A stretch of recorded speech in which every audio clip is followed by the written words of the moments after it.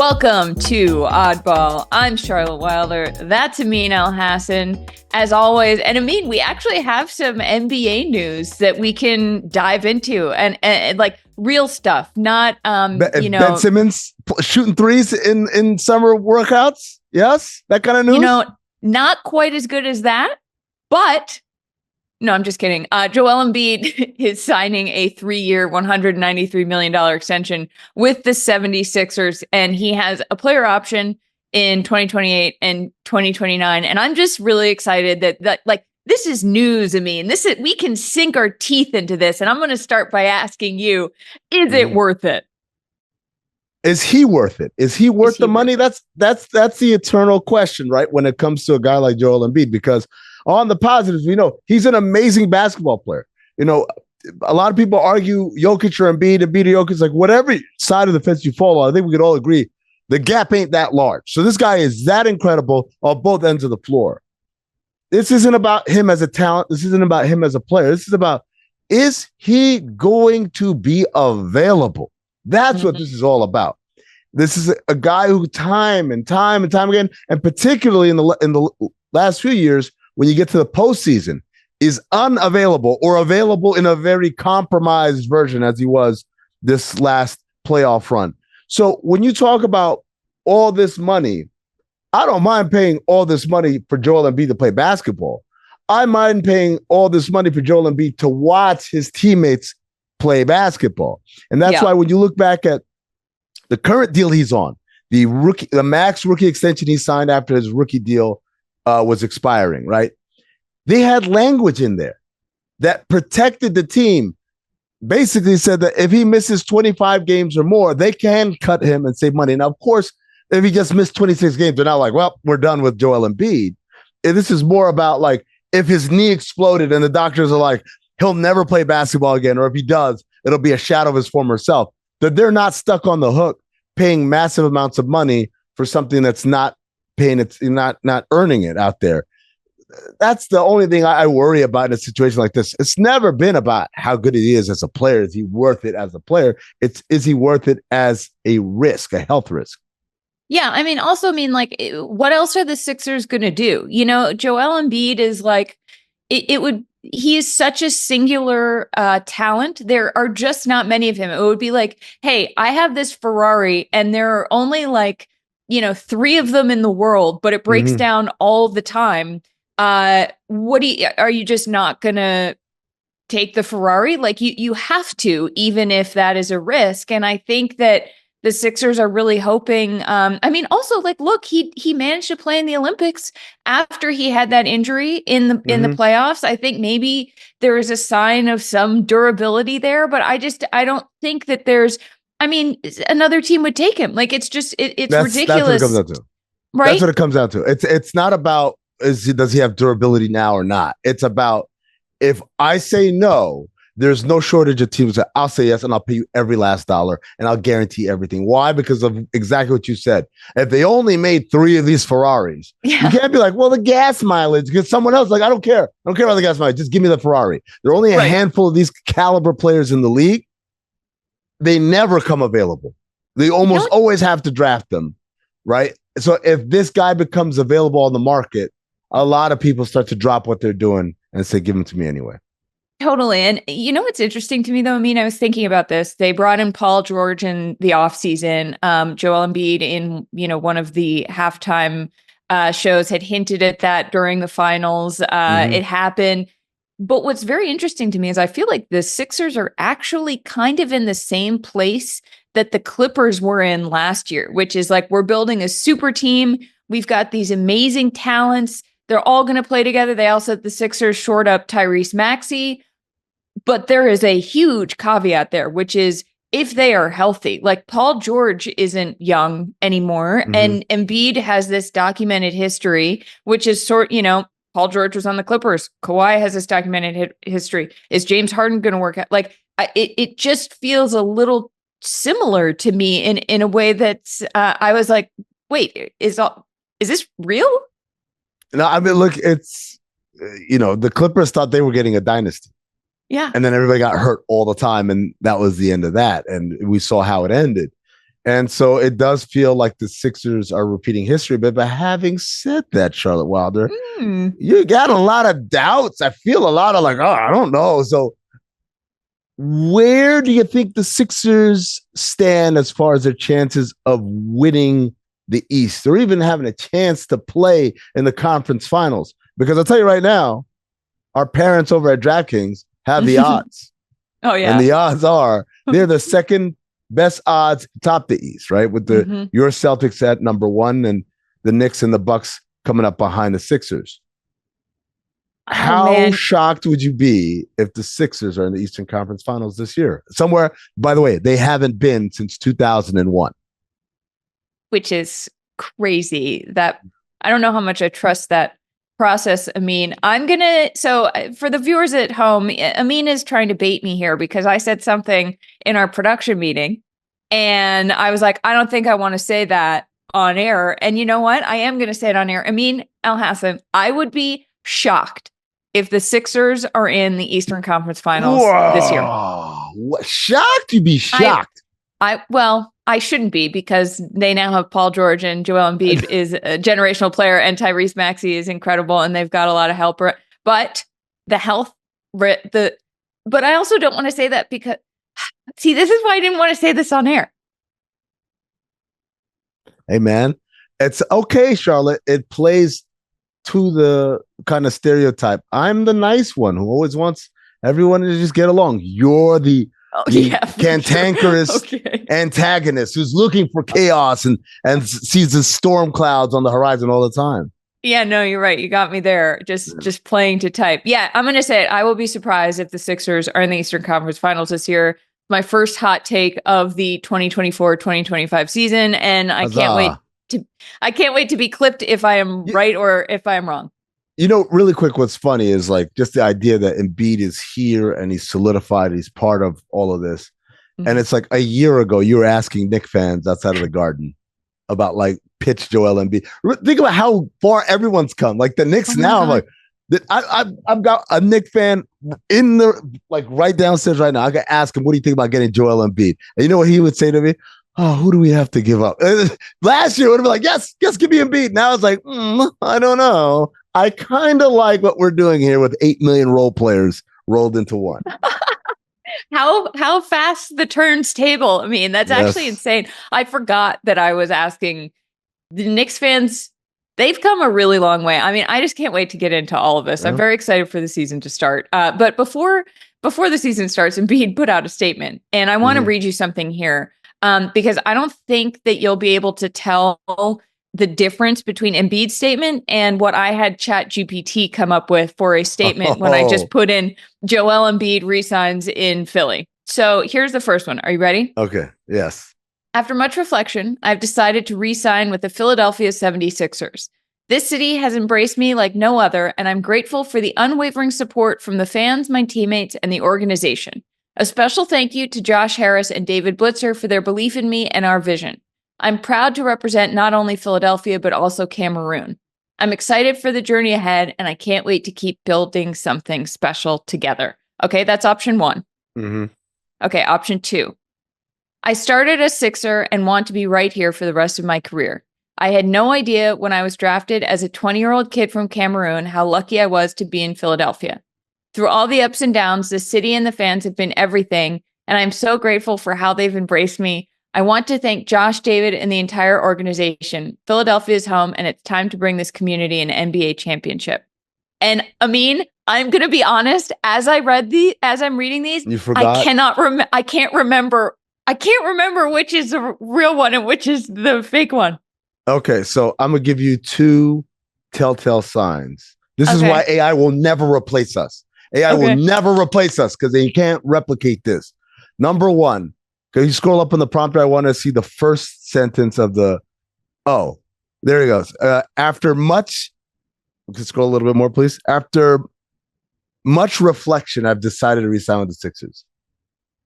That statement makes it seem like he's like, oh, should I stay or should I go? You know what? I know it's been a long. I've decided I'm going to stay.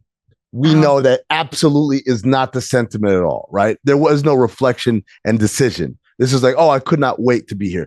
Number 2, He says, oh yeah, there we go. A special thank you to Josh Harris and David Blitzer.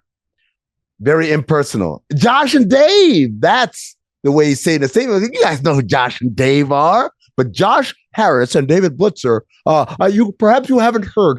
They are the principal owners. Like, no. He would never say that in a statement put out by the Sixers. And number 3, proud to represent not only Philadelphia, but also Cameroon. He would always say Cameroon first and then say excited to be. As you can see in the actual one, I'm from Cameroon. I'm lucky to be in Philadelphia. Those are your 3 telltale signs. AI, you got nothing on me. The lie detector detects everything, even AI-generated lies. I mean, this is why you are one of one. That was a masterclass in PR, and they should teach that in universities. Also, I did ask ChatGPT, is Charlotte Wilder funny? And it said, yeah. So, well, that's sometimes the robots are good. Again, it's lying. Okay, relax. We're gonna move on. We have to talk about Jason Tatum, unfortunately. Oh God, I mean, this is like the least enjoyable post-championship summer I have ever experienced in my life. But Tatum was asked by Gary Washburn of the Boston Globe, shout out Gary, when he knew the Celtics would win the title last year. His response was, when Minnesota beat Denver, I felt like Denver was the only team that they matched up best with us. I thought that we were going to play Denver in the finals, and it was going to be a good one. First of all, as a Celtics fan, I'm like, oh my God, what are you doing? As someone in the media, I'm like, this is fantastic. Never stop, Jason. I mean, can you break this down for people? Yeah, I mean, look, we always love honesty. We praise honesty. Be honest. We don't want to hear athletes speak. We want honest answers. And yes, we want honest answers because we're here to stir shit up and do a show.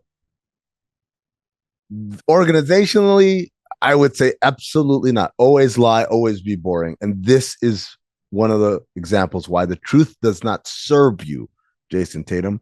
Because basically, if I'm another team in the league, I'm looking at that and saying, oh, I knew they didn't think they were the because like a team with the crazy confidence of like, we're the best team in the league. I don't give a damn who played. We would have whooped his ass too. When did you know we were going to win the championship? Day 1 of camp. Coach gave a speech. I looked around. I saw everybody's eyes. We had that determination. That's the athlete speak answer. That's the safe answer. This is probably the very real, very raw, very vulnerable answer that is absolutely 100% true. But all it does is it tells me if I'm any other team in the league, like, they don't really believe in themselves like that. Yeah. I mean, it really is just telling everybody that there is insecurity there. I mean, it's crazy. I couldn't believe it when I saw this. I couldn't believe that he said that. It almost felt like Tatum sometimes, for as long as he's been doing this and as media trained as he is, like every once in a while, some switch just goes off in his head and he says something incredibly vulnerable and true that is so counterproductive to his public image and the self. It's like there's just this blip. And I think that might have happened with his judgment too, because I don't want to tattoo shame anybody. I mean, but yeah, I did want to bring this up to you. How did you feel about this tattoo that Jason Tatum got? It was just posted on social media.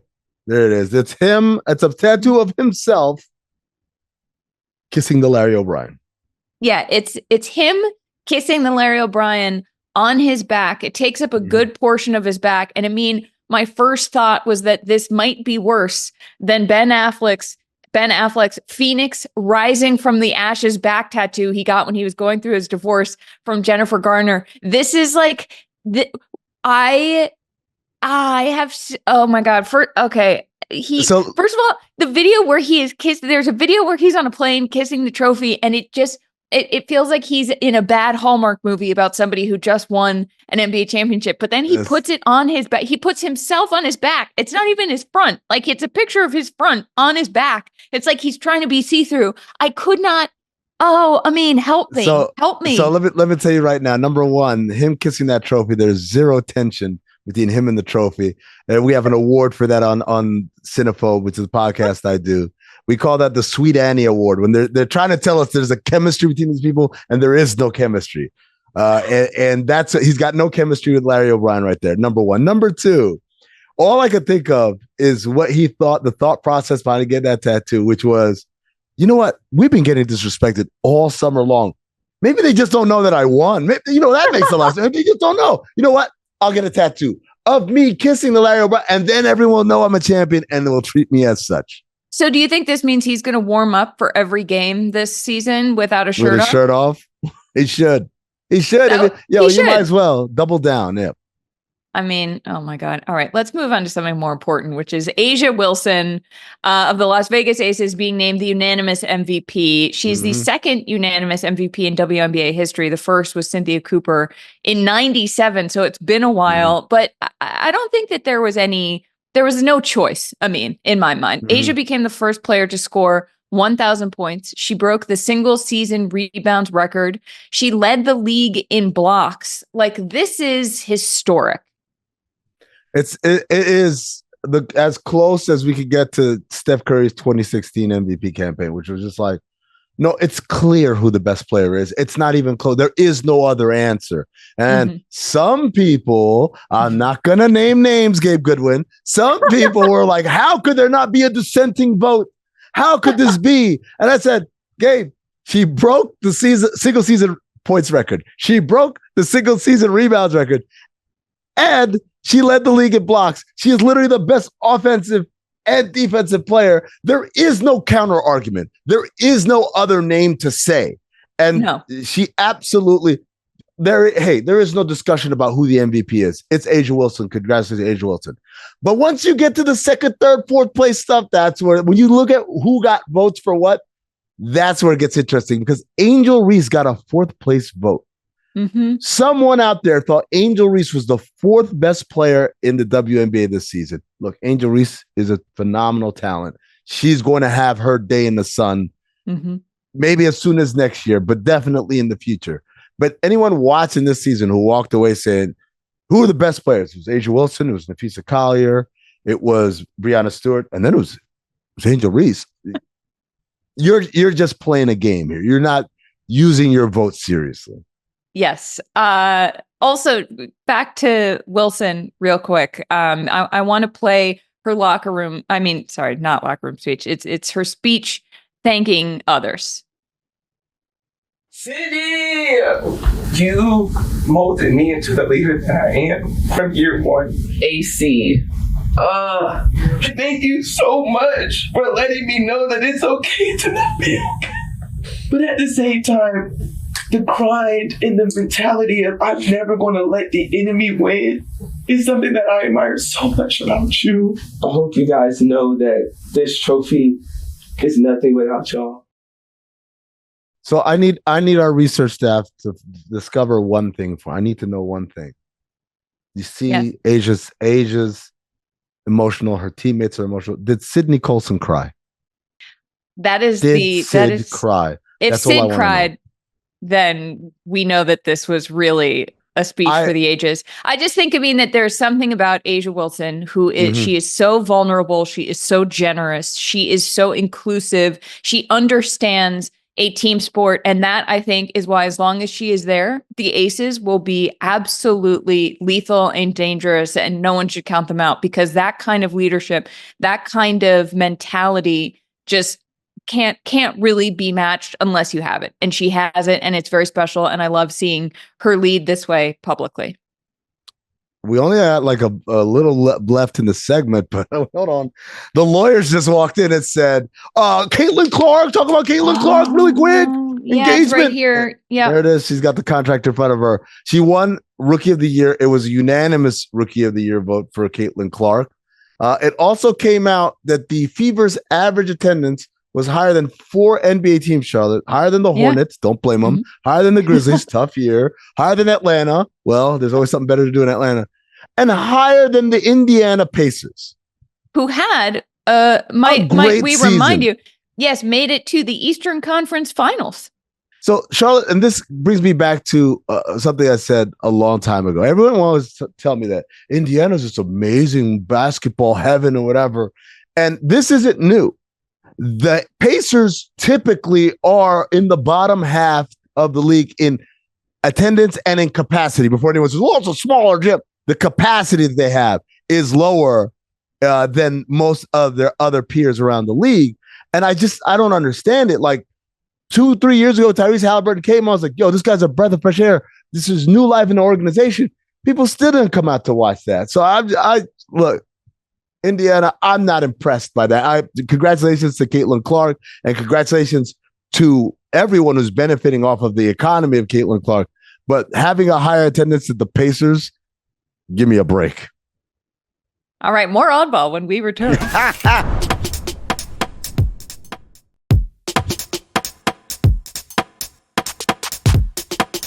Welcome back to Oddball. Amin, to answer your question from the previous segment, Sid Colson did get misty-eyed in the locker room of the Aces while A'ja Wilson was speaking in the video. I don't believe it until I see it. Also, look at the lower third. Uniform opinion is good. AI is not winning. Have no fear. We're still sentient beings. We just share thought. Oh my God. Our producer is just absolutely on one today. Shout out, Gabe. I can't wait to see what else pops up on the bottom of the screen. Because we're doing a blind ranker. I mean, we're gonna rank NBA players by how many Instagram followers they have, which I think I'm going to be very good at.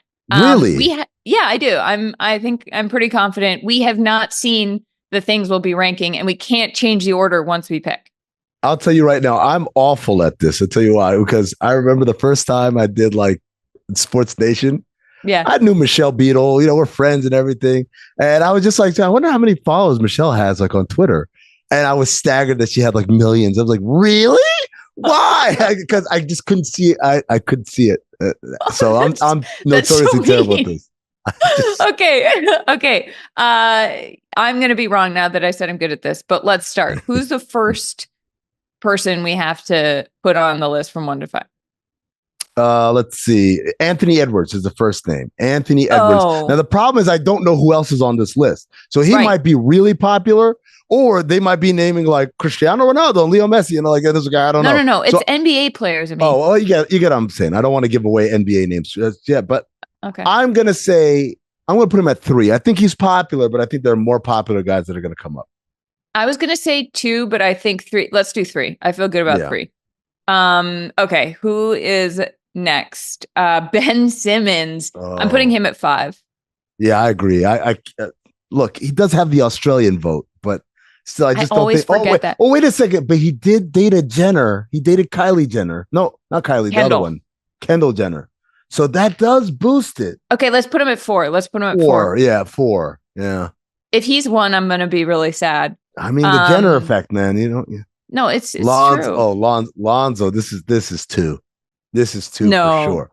The whole big baller brand thing. They were Instagram legends before they set foot in the NBA. Okay. All right. Let's do it. Watch it be like Steph and LeBron or like the last 2 names. LaMelo Ball. I think LaMelo's a bigger star than Lonzo. Okay, put him at 1, and then we're just going to get our asses handed to us at 5. We can't re-rack, right? We can't. No, this is a horrific list. I'm embarrassed for both of us. What is the last? Ja Morant. I don't know. Look, I don't think Ja's 5. I think if I had to re-rack it, Ja was really, really popular though. I don't feel I think terrible. Anthony Edwards would be 5 if I had to re-rack it. I don't think so. I think all right, just show us the real list. What is the real list here? I tell you Anthony Edwards would be 5. And Lonzo has more than LaMelo. Oh, I called it almost exactly. Oh my God. I'm a savant. I'm actually great at this. In your face, Michelle Beadle. You should have never had that many followers. I knew something was fishy there. I knew as soon as I said I'm going to be good at this, that I was going to be terrible at this. I didn't know how good you were going to be. That was a fun one. I think we should do Instagram rankings more often because there are a lot of... Yeah. No, yes. Okay, maybe. It's fun. I told you the Balls had this thing going out of control. I thought LaMelo would be higher, though. I am surprised at Lonzo. Stop thinking for yourself, Charlotte. Or is that for me? On that note, that's definitely for you. P-Point, been real. Goodbye. fraud, Michael Jordan.